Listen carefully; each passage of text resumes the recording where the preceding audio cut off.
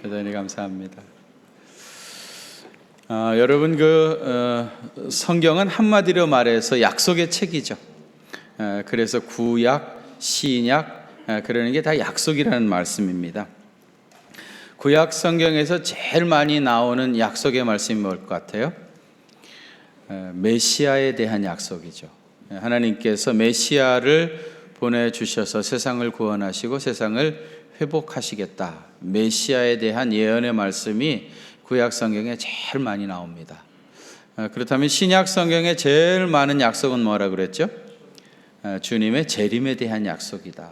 적어도 318번이나 계속해서 강조되어진 약속이 주님의 다시 오심, 재림에 대한 약속이라고 말씀드렸습니다. 약속하신 대로 우리 주님께서 역사의 마지막 날에 다시 오시게 되어지면 크게 두 가지 사건이 발생하게 됩니다. 첫째는 사탄에 대한 심판이죠. 사탄과 그를 따르는 모든 불신자들에 대한 심판이 임하게 되어지고, 두 번째로는 천년 왕국이 이루어집니다. 오늘 본문 1절에 보시면은요, 천사가 하늘로부터 내려오는데, 이 천사가 무저갱의 열쇠와 큰 쇠사슬을 그의 손에 가지고 하늘로부터 내려왔다. 두 가지를 가져갔죠. 첫째는 뭐였죠? 무저갱의 열쇠, 그리고 큰 쇠사슬을 가지고 하늘로부터 내려왔습니다. 무저갱의 열쇠라고 했는데, 무저갱이 뭡니까? 지옥이죠. 근데 문자 그대로의 뜻은 뭐냐면 저가 없는 거예요. 땅 바닥이 없는 갱입니다. 바닥이 없는 갱이에요. 그러니까 뭐를 떨어뜨리면 한없이 빠지겠죠. 한없이 떨어지겠죠. 여름철에 유원지에 가가지고 제일 인기 있는 오락 중에서 바이킹 타는 거 있죠. 여러분 바이킹 돈 내고 타죠. 그거 타면은 뚝 떨어질 때 다 거기 있는 사람들이 다 죽는 줄 알고 소리를 질러요. 쭉 올라가면은 조금 괜찮다가 또 다시 쭉 떨어지면은 또 소리를 지르죠. 이 떨어지는 공포라는 게 얼마나 심한지 몰라요. 왔다 갔다 하다가 이제 끝나는 날이 있죠. 끝나는 때가 있죠. 그래서 돈 내고 바이킹을 타는 거예요. 근데 만일에 이게 한없이 떨어진다고 생각해 보세요. 한없이, 바닥이 없이 끝까지 한없이 영원토록 떨어진다. 이 두려움과 공포를 감당할 수 있겠습니까? 천만금 준다고 해서 그거 탈 사람 있겠습니까? 지옥은 무저갱, 바닥이 없는 갱과 같아가지고 끝도 없이 떨어지는 곳입니다. 마귀가 제일 가기 싫어하는 곳이 무저갱이에요. 그래서 그 누가복음 8장에 보면 거라사 광인 얘기 나오잖아요. 군대 귀신이 집혔는데 예수님이 딱 나가니까 이 귀신이 예수님 보고 하나님의 아들 예수여 그렇게 말하죠. 참 귀신이 들려도 제대로 들린 거죠. 딱 예수님을 알아보면서 나를 무저갱에 던지지 말고 저 돼지떼에게 들어가게 해달라 그렇게 요청을 하잖아요. 마귀가 제일 무서워했던 것이 무저갱입니다. 역사의 마지막 때에 이 천사가 무저갱의 열쇠를 손에 가지고 오는데 2절에 보세요.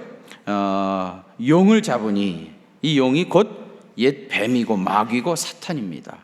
그 용을 잡아서 1000년 동안 쇠사슬을 가지고 결박을 하고, 그죠? 그 다음에 3절에 보면 무저갱에 던져 열쇠로 잠그고 그 위에 인봉하여 나오지 못하도록 아예 인봉을 하고, 그리고 1000년 동안 만국을 미혹하지 못하게 했다는 거예요. 1000년 동안 마귀가 무저갱에 갇혀버린 겁니다. 무저갱에 갇혀가지고 꼼짝도 하지 못하니까 결국은 이 세상에 1000년 왕국이 임하는 거죠. 그래서 여러분 4절 한번 같이 봉독하겠습니다. 4절입니다. 시작. 또 내가 보좌들을 보니 거기에 앉은 자들이 있어 심판하는 권세를 받았더라. 또 내가 보니 예수를 증언함과 하나님의 말씀 때문에 목베임을 당한 자들의 영혼들과 또 짐승과 그의 우상에게 경배하지 아니하고 그들의 이마와 손에 그의 표를 받지 아니한 자들이 살아서 그리스도와 더불어 1000년 동안 왕노릇하니. 아멘. 여기 보면 1000년 동안 왕노릇을 누가 하는가 하면은 예수님의 복음을 증거하다가 목배임을 받은 사람들 누굽니까? 순교자들이죠. 순교자들, 그리고 짐승과 우상에게 경배하지 않고 이마에 그 표를 받지 않은 성도들이 그리스도와 더불어서 1000년 동안 왕 노릇을 하게 되어집니다. 이게 소위 말하는 천년 왕국설입니다. 천년 왕국이라는 게 뭐냐? 현세와 내세 사이에 과도기적 중간 시대가 있는데 1000년 동안 이 세상에 낙원이 이루어져서 성도들이 그리스도와 함께 세상을 지배하는 때가 온다. 그것이 이제 천년 왕국설입니다. 이 천년 왕국이 구체적으로 무엇이고 어느 때인가? 많은 교단들마다 다르게 설명을 하고 있고요. 또 여기서 무수한 이단들이 많이 나왔습니다. 요한계시록 20장 1절에서부터 10절은 오늘 우리 본문은 천년 왕국설의 가장 기초가 되는 장인데요. 크게 얘기하면은 세 가지 천년 왕국설이 있습니다. 주보에 제가 잘 정리를 해놨는데요. 그 첫 번째는 뭐냐면 전천년설입니다. 프리 밀레니엄이라고 하는 건데요. 프리라고 하는 건 전이죠. 천년 왕국을 중심으로 해가지고 예수님이 전에 오시면, 천년 왕국 전에 오시면 전천년설이고요. 천년 왕국 후에 예수님이 오시면 후천년설입니다. 전천년설에서는 예수님이 먼저 오시고, 그 다음에 이제 이 마귀를 무적행 못에 가두고, 이 마귀가 이제 갇혀가지고 뭐 유혹하거나 미혹할 수 없으니까 이 세상에 1000년 동안 왕국이 이루어지는 겁니다. 지상 낙원이 이루어지는 겁니다. 뭐 재난도 없고 전쟁도 없고 사고도 없고 질병도 없고 죄악도 완전히 사라진 그런 지상 낙원이 1000년 동안 이루어지고, 이때 예수님은 만왕의 왕이 되셔서 세상을 다스리시고 또 성도들이 예수님과 함께 세상을 다스리는 때가 온다 하는 것이 천년 왕국 전천년설입니다. 그리고 천년 왕국 후에 오늘 본문 11절 이하에 나오는 흰 보좌 앞에서 심판을 받는데 믿는 사람은 영생을, 그리고 불신자는 영벌을 받는다 하는 것이 이제 전천년설입니다. 여러분, 이단들이 제일 좋아하는 천년 왕국설이 바로 이 전천년설이에요. 한번 생각해 보세요. 이 전천년설에 맞추어 가지고 자기를 끼워야 이게 설명하기가 너무 편한 거예요. 자기가 메시아로 먼저 왔어요. 그리고 이제 세상에 1000년 동안 왕국이 이루어지는데 자기와 그 다음에 자기를 따르는 모든 이단의 신도들이 세상을 1000년 동안 다스리다가 그 다음에 이제 잠시 마귀가 이제 옥에서 풀려나가지고 전쟁을 한 다음에 그 다음에 이제 마지막 흰 보좌 앞에서 심판을 받는다. 이렇게 설명하면 사람들이 다 받아들이기가 쉽죠. 성경 말씀 그대로 된 것처럼 되니까.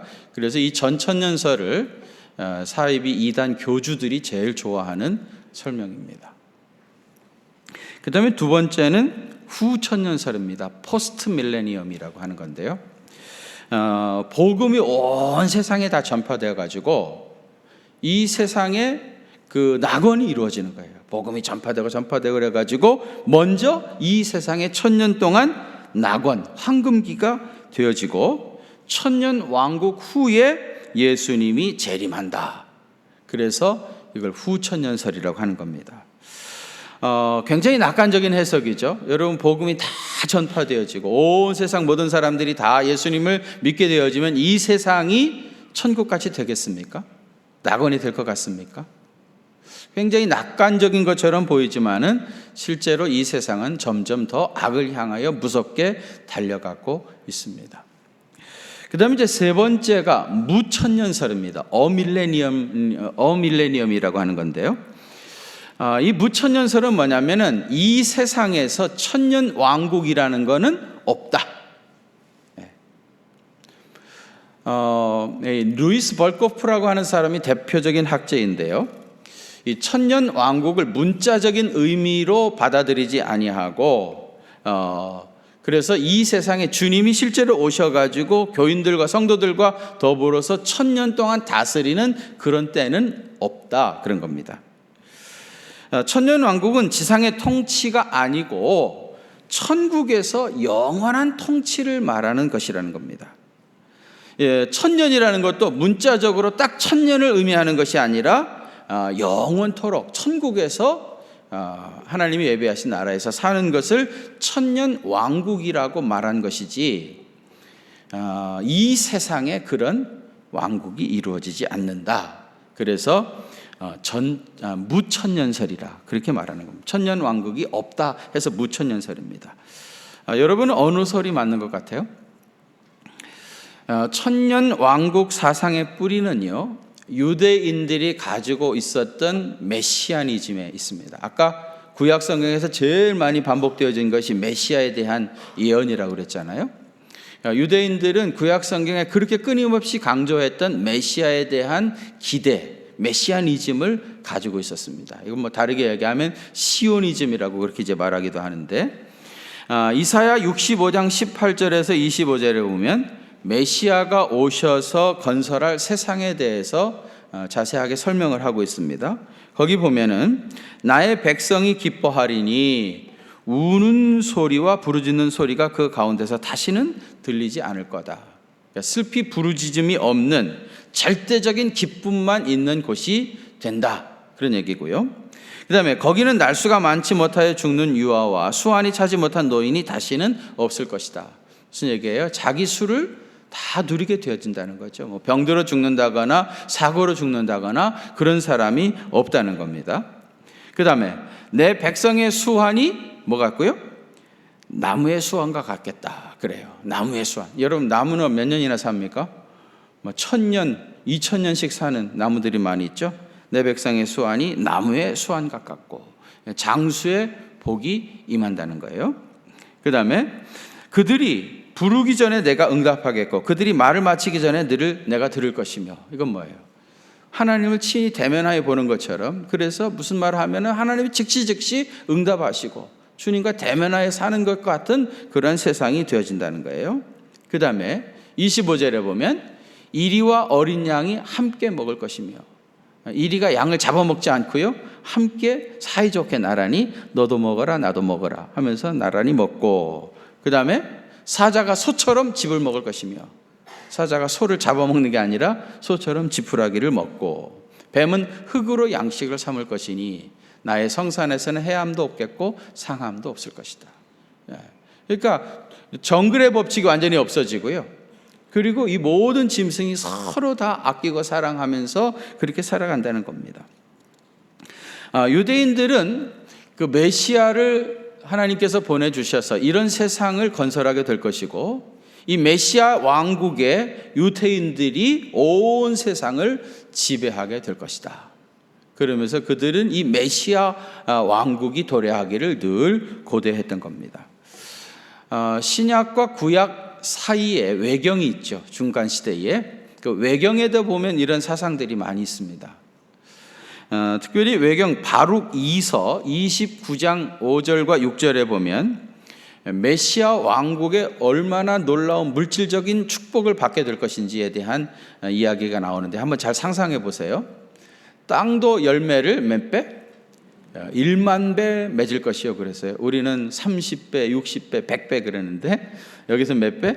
열매를 1만 배 맺을 것이고요. 그 다음에 한 줄기에서 가지가 1000가지가 나는 거예요. 상상이 되십니까? 한 줄기에서 가지가 1000가지가 날 것이고, 그 다음에 매 가지마다 1000송이가 날 겁니다. 이게 포도에 대한 포도나무의 비유인데, 매 가지마다 1000송이가 날 것이고, 그 다음에 매 송이마다 포도알이 몇 개예요? 1000포도알을 낼 것이고요. 더 기가 막힌 것은 매 포도알 하나 가지고 포도주를 짜면 얼만큼 나온다고요? 7마리의 포도주를 낸다. 그러니까 한번 거꾸로 한번 생각해 보세요. 이게 얼마나 많은 포도주가 나오게 생겼는지. 어마어마한 물질의 축복을 받는다. 메시아 왕국이 도래함. 메시아가 오셔서 그런 세상을 만들 것이다. 진짜 뻥도 되게 심한 뻥이죠. 바룩 2서에 보면, 바룩 2서 73장 6절과 7절에 보면 이런 얘기도 있어요. 숲속에서 짐승이 나와서 인간을 따르고, 잡아먹으려고 따르는 게 졸졸 개처럼 이렇게 짐승들이 나와 따르고, 뱀이나 도마뱀은 구멍에서 나와 어린 동자를 따를 것이다. 어린이를 따라가. 그때 여자는 이미 산욕의 고통을 맛보지 않고 해산의 진통을 겪지 않고 고통하며 태 속의 아이를 밀어내는 일도 없을 것이다. 그랬습니다. 이것은 이사야 65장 25절 말씀과 거의 비슷한 얘기입니다. 이러한 그 메시아니즘에 대해서 초대교회 교인들이 많이 가지고 있었어요. 유명한 초대교회 교부들 가운데서도 이런 사상을 가지고 있는 사람들이 많이 있었어요. 대표적으로는 순교자라고 하는 저스틴 마터, 또 이레니우스, 터툴리안, 그 신학의 대부라는 터툴리안도 이런 사상을, 메시아니즘을 가지고 있었던 겁니다. 그런데 이런 메시아니즘에 대해서 그 반대하는 사람도 있었어요. 대표적으로는 교회 사가인 유세비우스입니다. 유세비우스가 이런 얘기를 했어요. 내 생각에는 이런 말들은 계시록을 오해한 데서 온 것 같고, 그 계시 문학에서 말해진 것들은 신비적인 비유로 말해진 것임을 알지 못함에서 온 오해 때문이다. 그건 신비적인 비유이지. 그런데 이거를 오해해가지고 진짜 세상에 1000년 동안 왕국이 임할 것이라고 기대하는 것은 이건 잘못이다. 그건 오해다. 그런 얘기를 한 겁니다. 성 어거스틴도요, 이 유세비우스의 이론을 따라가지고 1000년 왕국은 영적으로 이해해야 할 것이지 세상에 그런 날이 오는 것은 아니다. 그러면서 결국은 무천년설을 요세비우스나 성 어거스틴이 주장하게 되어진 겁니다. 실제로 여러분, 신약 성경에 오늘 보면 여기 말고 1000년 왕국 설에 대해서 나온 데가 하나도 없어요. 신약 성경에 예수님께서 이 1000년 왕국이 이 세상에 임할 거다 그렇게 말한 적도 없고요. 또 예수님의 제자들 사도 바울의 서신에도 보면 이 1000년 왕국설에 대해서 한 번도 언급한 적이 없습니다. 그렇기 때문에 이 1000년 왕국설은 유대교적인 배경을 가지고 있는 것이지 이것이 기독교적인 것은 아닙니다. 오히려 예수님은 제자들이 잘못된 이 메시아니즘을 가지고 주님의 나라가 임할 때, 이 메시아 왕국이 임할 때 우리 중에 누가 더 높습니까? 누가 예수님의 오른편, 누가 예수님의 좌편에 앉게 될 것입니까? 그런 잘못된 메시아니즘을 그들이 가지고 있다는 것을 예수님이 아셨어요. 그래서 여러 번 내가 말하는 나라는 이 세상의 나라가 아니다. 그러면서 예수님이 뭐라고 말씀하세요? 인자가 온 것은 섬김을 받으려 함이 아니라 도리어 섬기려 하고 자기 목숨을 많은 사람의 대속물로 주려 함이라. 그렇게 여러 번 말씀을 하셨어요. 그런데 제자들은 처음에 주님을 따를 때 메시아의 왕국이 분명히 도래할 것이고 저분이 꼭 메시아인 거 맞은 것 같은데 결국은 그분이 우리 조상들이 그렇게 오랫동안 고대했던 메시아 왕국을 이룰 것이고, 그리고 우리는 그때 예수님 좌우편에서 장관 노릇하게 될 것이다. 그런 기대감을 가지고 어떻게 보면 그들은 인생을 건 모험을 시작했던 겁니다. 그래서 주님을 따라다녔던 거예요. 배와 그물을 버리고 주님을 따랐던 겁니다. 예수님이 자꾸 내 나라는 이 세상이 아니라 하나님의 나라다. 인자가 온 것은 대속물로 주려 함이라 말씀하셨는데 그 말의 의미를 제일 먼저 알아차린 사람이 가룟 유다였던 거예요. 가룟 유다는 예수님의 12 제자들 가운데 머리가 제일 명석했던 사람입니다. 가룟 유다가 예수님이 한 번도 아니고 자꾸 여러 번 반복하면서 그 얘기를 할 때, 이분은 우리가 생각했던 메시아 왕국을 이루시려고 오신 분이 아니구나 하는 걸 깨닫게 된 겁니다. 이분 따라다녀 봤자 우리가 왕 재상 되어지는 날은 없겠구나, 그렇게 생각한 겁니다. 이분 따라다녀 봤자 우리의 정치적인 목적을 달성할 수 없겠다, 이득이 될 게 하나도 없겠다라고 생각이 들었기 때문에, 판단이 됐기 때문에 가룟 유다는 예수님을 부인하게 됐던 겁니다. 그러니까 여러분, 역사의 마지막 때에 이 세상에 1000년 왕국이 이루지 않습니다. 그런 날은 없어요. 예수님께서 오셔가지고 첫 번째 설교한 게 뭡니까? 회개하라, 천국이 가까웠느니라. 예수님은 천국에 대한 설교를 하셨습니다. 예수님의 복음은 천국에 이르는 복음입니다. 예수님은 우리를 천국으로 인도해 가실 분이지, 예수님이 이 세상을 천국으로 만들어 가지고 거기서 예수님이 왕 노릇하시고 우리도 그와 함께 이 세상을 다스리는 그런 꿈을 가지신 분이 아니었던 거예요. 그러니까 여러분, 요약하면 이런 겁니다. 세상 마지막 날에 있을 일들인데요, 어느 날 갑자기 그야말로 예수님이 도둑처럼 오실 겁니다. 예고하지 않은 때에 부지불식간에 나팔소리와 함께 우리 주님이 다시 오실 겁니다. 주님의 재림이 반드시 이루어질 것입니다. 그러면 성도들은 들림을 받죠. 이거 휴거라고 합니다. 들림을 받아요. 들림을 받아가지고 주께서 예비하신 천상의 잔치 자리에 참여하게 되시는 거예요. 천국에서 주님이 예배하신 잔치 자리에 참여하게 되어져요. 거기서 1000년 동안이 아니고 영원토록 거기서 사는 겁니다. 그리고 마귀와 그를 따르던 자들은 하나님의 심판을 받아서 지옥 불못에 던져지게 되지. 무적행 지옥 불못에 던져지게 된, 거기서 영원한 심판을 받게 돼요. 그러면 이 세상은 어떻게 되겠습니까? 이 세상은 하나님께서 다시 리모델링 해가지고 다시 쓰시는 게 아니라 이 세상은 하나님의 심판을 받아서 없어지고 말 것입니다. 그래서 오늘 본문 11절에 보면 땅과 하늘이 그 앞에서 피하여 오고 간데 없더라. 이 세상은 완전히 없어지게 될 것입니다. 이렇게 정리하면 쉬운데, 그런데 문제는 본문 7절에서부터 10절 말씀입니다. 본문에 1000년이 참에 사탄이 그 옥에서 놓여 나와서 땅의 백성 곧 곡과 마곡을 미혹하고 모아 싸움을 붙인다고 했습니다. 1000년이 찼어요. 그런데 잠깐 사탄이 무적행에서 풀려 나오는다는 거예요. 근데 여러분, 여기 땅의 사방 백성을 곡과 마곡이라고 했는데요, 왜 땅의 백성을 곡과 마곡이라고 했겠습니까? 이 곡과 마곡이라고 하는 개념은 상당히 생소한 개념이죠. 이걸 이해하려고 하면은 에스겔 38장 2절 말씀을 알아야 됩니다. 거기 한번 같이 봉독하실까요? 에스겔 38장 2절입니다. 봉독합니다. 시작. 인자야,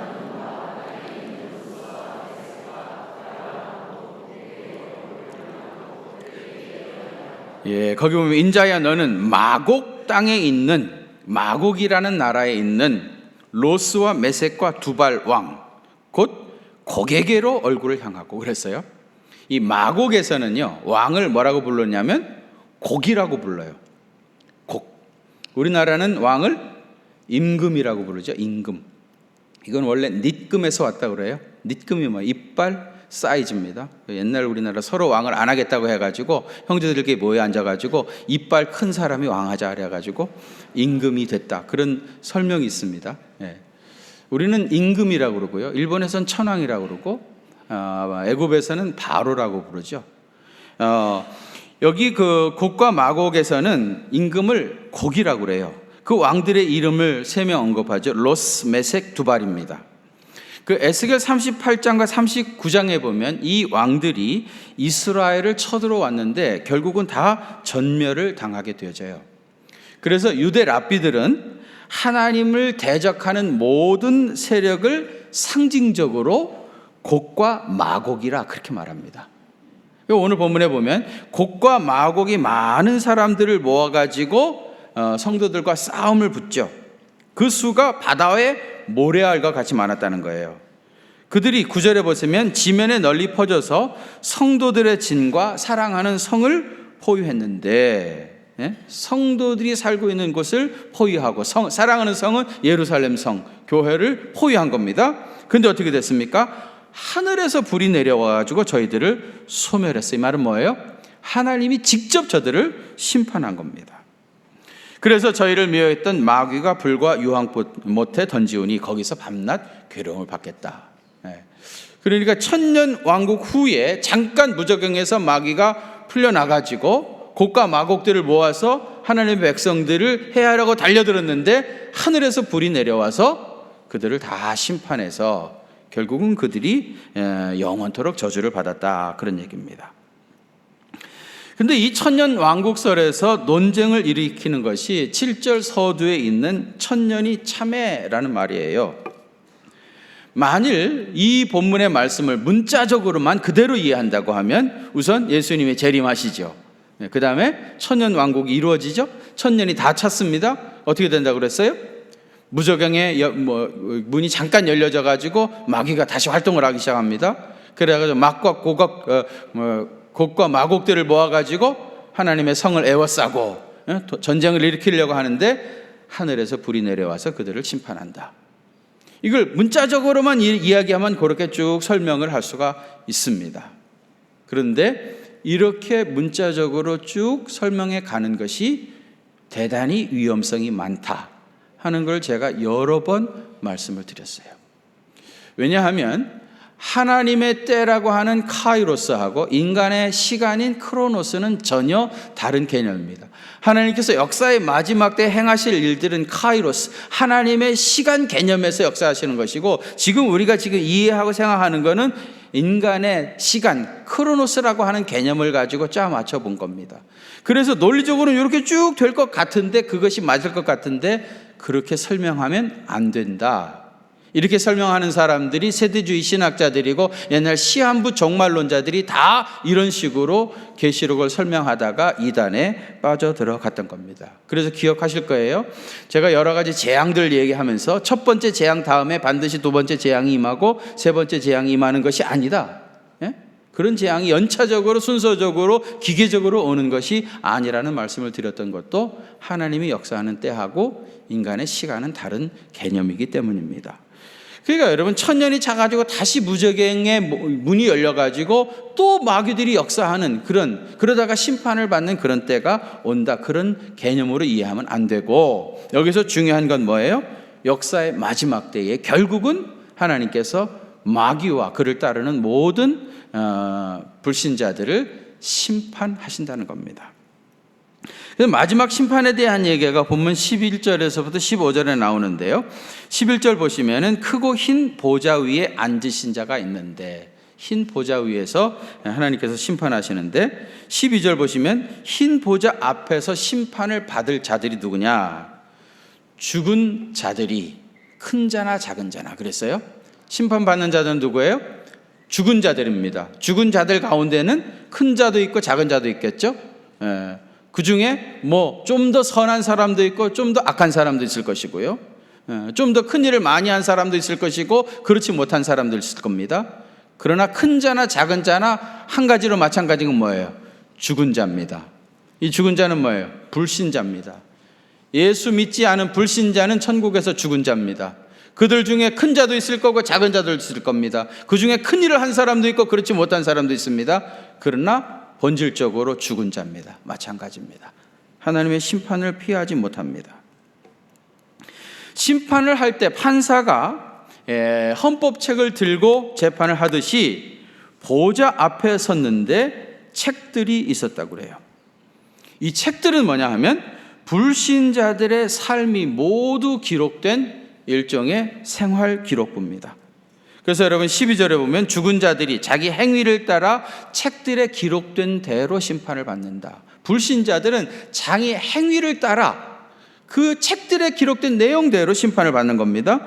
또 13절에도 보면은요, 각 사람이 자기 행위대로 심판을 받고, 불신자들은 행위의 심판을 받는 겁니다. 그래서 여러분, 이 행위의 심판은 정죄의 심판이죠. 여러분, 우리가 행위대로 심판을 받는다고 하면 정죄받지 않을 사람이 어디 있겠습니까? 여러분, 죽으면 그것으로 끝나는 것이 아니라 반드시 심판이 있습니다. 불신자들은, 예수를 영접하지 않은 사람들은 자기가 행한 대로 심판을 받게 될 것입니다. 여러분 15절 한번 봉독하겠습니다. 15절입니다. 본문 15절 시작. 누구든지 생명책에 기록되지 못한 자는 불못에 던져지더라. 생명책에 던져지지 못한 자는, 생명책에 기록되지 못한 자는 불못에 다 던져지게 돼요. 행위의 심판을 받아가지고 불못에 던져지지 않을 사람이 아무도 없습니다. 반면에 신자들은 어떻게 됩니까? 의의 심판을 받습니다. 행한 대로 받는 심판이 아니라 은혜의 심판, 의의 심판, 면류관의 사이즈를 결정하기 위한 심판을 받게 되어져요. 요한복음 5장 24절에 보면 내가 진실로 진실로 너희에게 이르노니 내 말을 듣고 또 나 보내신 이를 믿는 자는 어떻게 됩니까? 영생을 얻었고, 이미 영생을 얻은 겁니다. 그 다음에 심판에 이르지 아니하나니, 아까 행위의 심판을 받지 않는다는 거예요. 사망에서 생명으로 옮겼느니라. 예수님을 영접하는 순간에 이미 사망에서 생명으로 옮겨지고요, 행위의 심판, 정죄의 심판을 받지 않습니다. 그러나 우리는 의의 심판을 받아요. 면류관의 사이즈를 결정하기 위한 심판을 받게 되는 거예요. 우리 주님께 잘했다, 충성된 종아 하시면서 여러분들이 주를 위해서 수고하고 애쓰고 눈물 흘리며 봉사했던 그 모든 상급을 우리 주님이 주실 겁니다.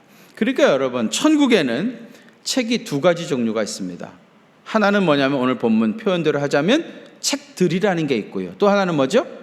생명책이 있습니다. 책들과 생명책입니다. 이 신자들의 이름은 생명책에 기록되어 있고, 불신자들은 책들의 그 이름이 기록되어 있습니다. 예수를 구주로 믿는 여러분들은 어디에 여러분의 이름이 기록되어 있습니까? 생명책에 있습니다. 천국 가가지고 생명책에서 여러분 이름을 찾아봐야지, 다른 데 찾으면 안 나옵니다. 어디에 있다고요? 생명책에 있어요. 그런데 여러분, 지금은 내 이름이 생명책에 기록되어 있다고 하는 것이 이게 얼마나 놀라운 축복인지 잘 피부로 느끼지 못할 거예요. 뭐 어디 기록되어 있든지 아무데나 기록되어 있으면 되지, 이렇게 지금은 혹시 여유롭게 말할 수 있을런지 몰라도요, 여러분 천국과 지옥 문 앞에 섰다고 생각해 보십시오. 그때는 그렇게 여유 있게 말하지 못할 거요. 내 이름이 생명책에 기록되어 있으면 주님이 내미신 손 붙잡고 영원한 하나님의 나라에 가서 1000년 동안이 아니라 영원토록 거기서 살게 되지만, 만일에 책들에 내 이름에 기록되어 있다 하면 우리는 지옥 불못에 떨어져서 행위의 심판을 받게 되어지는 겁니다. 예수님 영접하고 내 이름이 생명책에 기록되었다는 것은 그렇게 엄청난 의미를 지니는 거예요. 서울역에 나가보면은요, 거기서 부산으로 가는 기차도 있고 또 전라도 광주로 가는 기차도 있습니다. 뭐 기차가 다 비슷비슷하게 생겼잖아요. 비슷비슷하게 생겼으니까 아무 차나 타도 된다고 생각하면 큰 착각이죠. 내가 만일 부산에 가려고 생각한다고 하면 반드시 부산행 기차를 타야 됩니다. 근데 그걸 중요하게 생각하지 아니하고 아무거나 오는 대로 탔습니다. 그리고 나 부산 가려고 하는 거니까 부산 가겠지. 죄송합니다. 나는 광주에 가야 될 사람인데 부산 가는 차를 탄 겁니다. 부산 가는 차.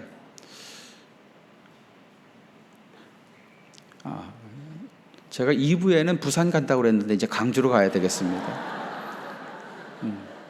이게 지역 감정이 있어가지고 이런 얘기는 좀 예민해지거든요. 난 광주 가야 될 사람입니다. 근데 타기는 부산역 열차를 탄 거예요. 타가지고 이게 진짜 부산행 가는 게 맞는가 안 맞는가, 처음 가는 길이니까 뭐 잘 모르겠는 거예요. 그러니까 믿어야 된다. 이 차는 광주로 갈 줄로 믿습니다. 확실히 믿습니다. 진짜 믿습니다. 난 조금도 의심하지 않고 믿습니다. 믿음이 있었습니다. 그리고 가만히 생각해보니까 믿기만 하면 안 될 것 같은 거예요. 그 안에서 또 좀 착한 일 좀 해야 될 것 같은 거예요. 그래가지고 옆에 사람한테 계란 삶아온 거 까가지고 드리시고, 그 다음에 목 막히는 것 같으니까 칠성 사이다 따라가지고 이것도 드시라. 옆에 사람을 잘 섬겼습니다. 여러분, 그렇다고 해서 이 기차가 부산으로 갑니까? 그렇다고 부산이 지옥이라는 말은 절대로 아닙니다. 그렇다고 부산으로 가는 거 아니죠. 아무리 거기서 내가 믿었고 착한 일 많이 했어도 이 기차는 어김없이 광주역에 도착할 겁니다. 중요한 거는 어느 기차를 타고 갈 것이냐, 그게 중요한 거예요. 여러분, 우리는 천국행 열차를 탄 사람입니다. 이 기차의 운전사는 누굽니까? 예수님이시죠. 모범 운전사 예수님. 그분이 여러분들을 안전하게 천국까지 인도해 가실 것입니다. 천국으로 가는 여행입니다. 성도들의 삶이라고 하는 것은 천국을 향해 가는 여행입니다. 제가 지난 주간에 우리 소망대학 교사들하고 함께 울릉도에 갔다 왔습니다. 알고 보니까 울릉도가 우리나라에서 가는데 제일 먼 곳이더라고요. 제주도는 뭐 비행기 타면 1시간에 가는데 여긴 비행기도 없고. 그래서 새벽에 출발했어요. 새벽에 출발했는데 아침에 나와 보니까 우리 권사님들이 얼마나 멋을 내고 말이죠. 옷을 알록달록한 거 막 입고 말이죠. 여행 간다고 들떠가지고 말이죠. 뭐 배낭 다 메고. 아니 선글라스는 그 새벽에 왜 여기다 끼고 왔습니까? 다 끼고 말이죠. 여행 가니까 좋아가지고 말이죠. 사람들이 다 들떠갖고 가는데 말이죠. 이거 강릉까지 가서 또 거기서 배 타고 울릉도 들어가는데 그냥 그 가는데 무슨 얘기만 하면 좋아가지고 까르르 짜르르 얼마나 좋아하는지 말이죠. 꼭 울릉도 가서 거기서 뭐 경치를 보고 이런 것보다도 교인들과 함께 여행을 떠난다는 것이 얼마나 즐거웠고 좋은 것인가 하는 것을 충분히 경험하고 왔습니다. 우리를 천국으로 인도하시는 분은 예수님이시죠. 그래서 여러분 예수 그리스도를 믿는 믿음 안에서 주님은 우리를 천국으로 인도해 가실 겁니다. 근데 여러분 천국으로 가는 그 과정에서 우리는 천국행 기차를 탄 사람들처럼 그런 기쁨과 감격이 마땅히 있어야 할 줄로 믿습니다. 울릉도 가면서도 그렇게 좋아했던 사람들이 말이죠. 하나님 나라 가는데 말이죠. 아무것도 아닌 것 가지고 가장 좋아서 웃고 말이죠. 서로 사랑하고 아끼고 섬겨주고 계란도 삶아가지고 나눠주고 먹어보라 그러고 칠성사이다도 먹어보라 그러고 그런 천국의 기쁨, 천국 가는 기쁨, 그런 기쁨이 우리 교회 안에서 마음껏 경험되어지기를 주의 이름으로 축원합니다. 거룩하신 아버지 하나님, 우리가 예수님을 영접할 때는 그것이 어떤 의미를 지니는지 사실 제대로 몰랐습니다. 우리는 그 이름이 책들에 기록되어 있었던 사람들인데 예수님을 영접한 순간에 생명책에 우리의 이름이 기록되어서 천국 백성 되어진다는 이 엄청난 사실을 우리가 알게 됐습니다. 이 모든 것이 우리를 억만 죄악 가운데서 구원하실 예수님의 십자가 때문임을 고백합니다. 주님, 이런 벅찬 감격이 우리 삶 속에 충만케 하여 주시옵소서. 우리가 천국 열차를 타고 하나님 나라를 여행한다고 하는 이 벅찬 기쁨과 감격이 늘 충만할 수 있도록 주께서 은혜 더해 주시옵소서. 특별히 우리 교회 신앙생활이라고 하는 것이 또 봉사하는 것이 이러한 기쁨이 가득하게 하시고 우리가 정말 피를 나는 형제들보다 더 아끼고 사랑하고 섬기며 주님을 위해서 헌신하는 그런 믿음의 공동체가 될 수 있도록 주께서 은혜 더해 주옵소서. 이제는 교회의 머리가 되시는 우리 주님 예수 그리스도의 그 크신 은혜와 하나님 우리 아버지의 무한하신 사랑하심과 성령님의 위로하심과 교통하심이 우리 경기중앙교회 사랑하는 성도들과 또 저들의 가정과 그 생업의 현장들 위에 이제로부터 영원토록 함께 계시옵기를 간절히 축원하옵나이다. 아멘.